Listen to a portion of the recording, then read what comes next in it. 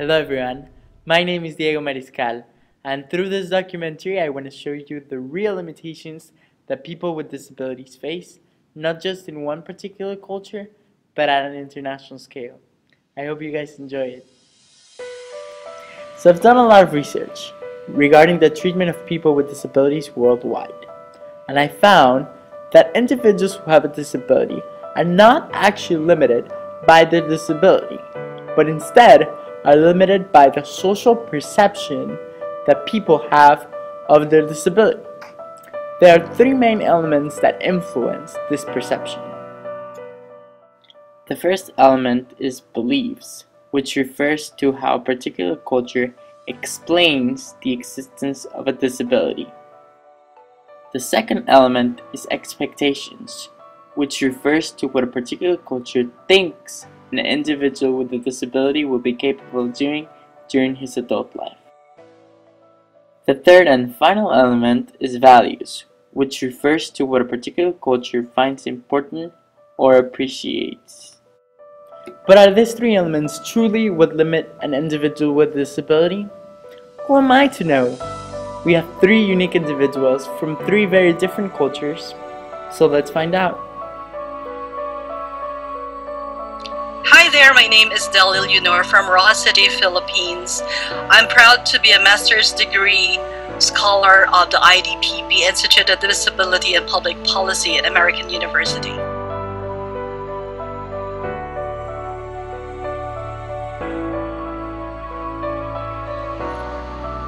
Well, we have encountered a movie, actually it was done 3 times or 4 times in the movie industry, and it's been one in TV for quite some time. It's about a disabled lady and she becomes a superhero. So that's how they portray the persons with disability in the Philippines.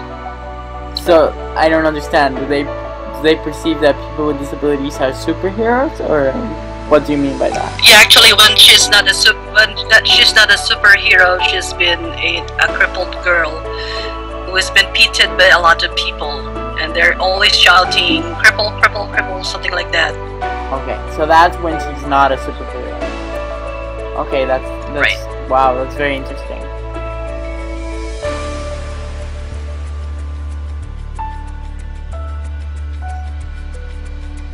Well, actually, there are 2 things that makes that happen, because sometimes when you are disabled, they say that you're just a curse, or sometimes if you're not a disabled person and you're a normal person that becomes disabled, you have a karma, or because you don't pray hard, or you have done something bad. It comes back to religion, actually. Yeah. Leonor, thank you for your great testimony.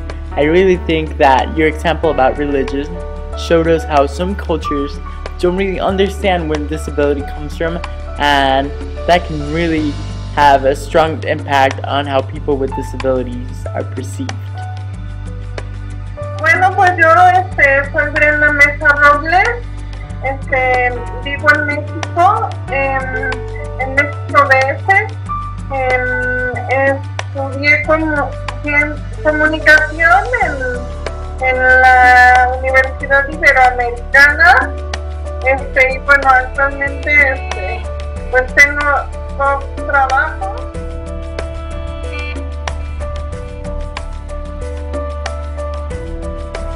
Cuando yo estaba estudiando la carrera en una universidad tan importante como es la Ibero aquí en México, tuve un profesor que me decía: es que yo no sé qué estás haciendo aquí, tú no vas a conseguir trabajo.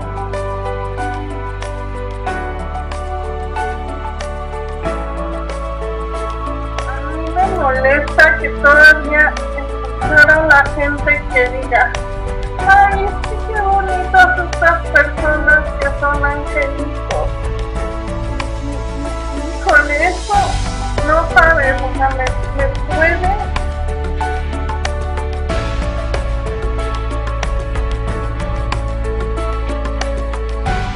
tema del que la verdad también a mí poco me gusta hablar porque pues duele, porque yo no he podido tener así como que amigos que sigas teniendo y todo, ¿no? Pero así una relación con alguien, pues digo, no se me ha dado. Brenda, muchísimas gracias por compartir tu historia. En verdad creo que tu anécdota del profesor nos enseña cómo la sociedad no está lista para entender lo que las personas con discapacidad son verdaderamente capaces de hacer, y pues esto obviamente tiene un impacto negativo hacia la persona con discapacidad. Hi, my name is Lydia Brown. I'm autistic. I'm a student at Georgetown University. I interned for the Autistic Self-Advocacy Network, and I've written legislation.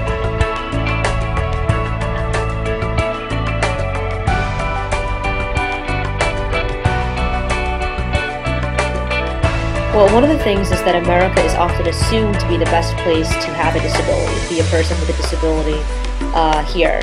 But people with disabilities routinely face stereotypes of being presumed incompetent and incapable of accomplishing anything in their lives.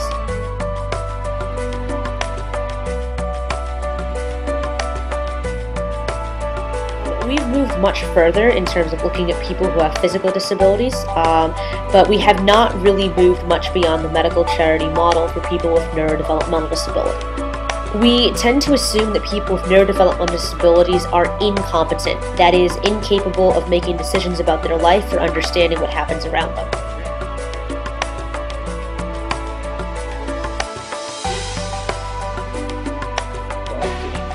Well, from the 19th to the 20th century, America became an industrialized nation. So our public education system completely changed in order to accommodate the need to produce workers, to work in factories, doing mind-numbing repetitive tasks. So if we're mass-producing education, we're mass-producing people to fit a particular mold. There's very little room for deviation from that mold, particularly in terms of ability, physical or neurological. In terms of physical disability, however, we've moved longer in that you can look at someone in a wheelchair and you can say, we need to build a ramp, or you can look at somebody who has a thin white cane and think we need to print this in Braille. But it's much harder for us to look at someone who has a neurological difference that is invisible to say, we need to maybe change the way we're communicating or the way we're giving information, because suddenly that deviates from this mass-produced model and that person becomes a problem in an industrialized society as opposed to a positive difference. Thank you so much for sharing. I truly think that you had some great insight, and I think that the fact that you mentioned about this culture of mass production really shows us how a value of a culture can have a significant impact on how people with disabilities are perceived.